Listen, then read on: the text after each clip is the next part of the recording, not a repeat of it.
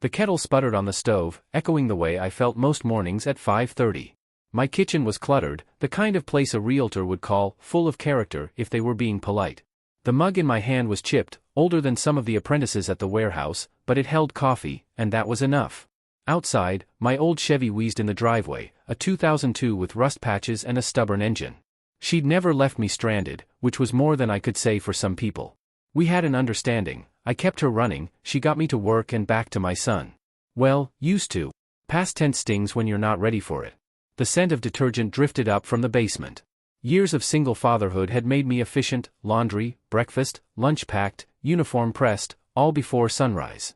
30 years at Redfield Logistics, and I still remembered my first day, new boots, a lunchbox that smelled like plastic, and a back that didn't yet ache every morning. I started as a loader, learned the rhythm of the forklifts, the language of the floor, the way sweat became a second skin. I thought I'd stay 5 years, save up, move on. But then Marissa got pregnant with Leo, and suddenly, staying made sense. The warehouse became home base. I climbed the ladder, loader, operator, supervisor. Each step brought more responsibility, more reasons to show up. When Marissa left, she wanted more, her words, delivered like a line from a self-help book. I had two choices, fall apart or figure it out. Falling apart wasn't an option with a little boy looking at me for answers. So I figured it out, one disaster at a time. Learning to braid hair was replaced by learning to tie ties and patch up scraped knees. Leo was patient, letting me fumble through YouTube tutorials on science projects and Halloween costumes. Cooking became an experiment. How many ways could I make pasta interesting? Turns out, a lot, when you're motivated by a kid who'd rather eat cardboard than complain. But the real skill I mastered was showing up.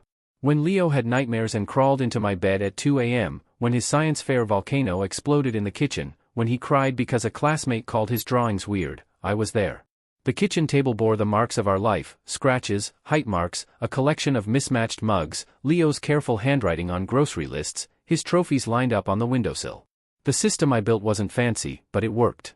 Tutors paid for with overtime, second-hand laptops fixed on weekends, early morning rides to part-time jobs. Mrs. Kim next door became our backup plan, always ready with a meal or an extra set of eyes. Pastor Green gave us a place to belong on Sundays, where Leo could sing off-key and I could close my eyes and pretend I had it all figured out. Reliable, not fancy, kept us going. Movie nights with popcorn, Saturday pancakes, Sunday homework at the kitchen table. Traditions built out of necessity, held together with stubbornness and love. I built something with these hands, no manual, no warranty, just daily maintenance and emergency repairs. Leo grew up safe, loved, and smart enough to build his own life. Maybe that's what stings, knowing what I built was good enough to launch him, but not enough to keep him. The foundation was solid, but he wanted something shinier, something like the life his mother always talked about. I don't regret the choices I made. The late nights, the early mornings, being both mother and father. I built something real. Maybe he's walking away, but that doesn't make those years less valuable. Let me tell you about the price of being a stand-up dad. Nobody puts it in the manual. Showing up every day costs more than money, it costs pieces of yourself you didn't know you had to give. Double shifts, cracked hands from solvents, vacations we didn't take. Leo never complained, but I saw how his eyes lingered on his friends' vacation photos. It was the midnight moments that mattered. Like when Leo broke his arm skateboarding, and I spent 12 hours in a hospital chair, refusing to leave. Or when he froze before big exams, and we'd drive around at midnight, windows down, music low, letting the road calm him. Or his college move-in day, when I held it together until the highway, then cried like a fool. The heroes in my story wore name tags and steel-toed boots. Rosa in HR, who worked magic with the schedule. Mike, who swapped shifts so I could make parent-teacher conferences. I became a master of coupon math, stretching every dollar, turning leftovers into meals, selling my fishing gear to pay for Leo's art camp. Routine became love spelled differently. Breakfast at 7, homework at 8, lights out by 10. Saturday chores with music blasting, Sunday groceries with debates over mac and cheese brands. I wasn't perfect. I lost my temper, fed him cereal for dinner, missed some games. But I was present. That's what nobody talks about, how much presence costs, and how much it's worth. Then Marissa came back, new husband in tow. Victor was polished, confident, the kind of man who wore his success like a badge. He offered Leo opportunities one never could, internships, connections, a world where money wasn't a worry. Leo ate it up, his eyes wide with possibility.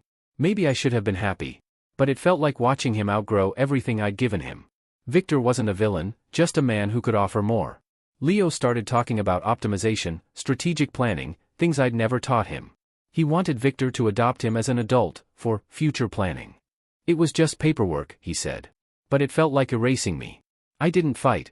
I let go. I cut the financial cord, no more rent support, no more emergency fund, no more co-signing. The silence was hard, but it became my friend. I found peace in work, in fixing things, in teaching neighborhood kids how to change oil. I learned to be alone without being lonely. Months later, Leo showed up, eyes red, dreams tarnished. Victor's promises had faded. He wanted to come back. I listened, but I didn't rescue him. I told him, you chose the elevator. I was the stairs. Now you climb on your own. I grieved, but I moved on. I built a life that fit me. Coffee that stayed hot, weekends that belonged to me, projects I chose. The door wasn't locked, but it wasn't revolving. If Leo wanted a relationship, it would be built on truth and time, not convenience. Sometimes the best thing you can do for those you love is let them live with the consequences of not loving you back the way you deserved. And sometimes, that's enough.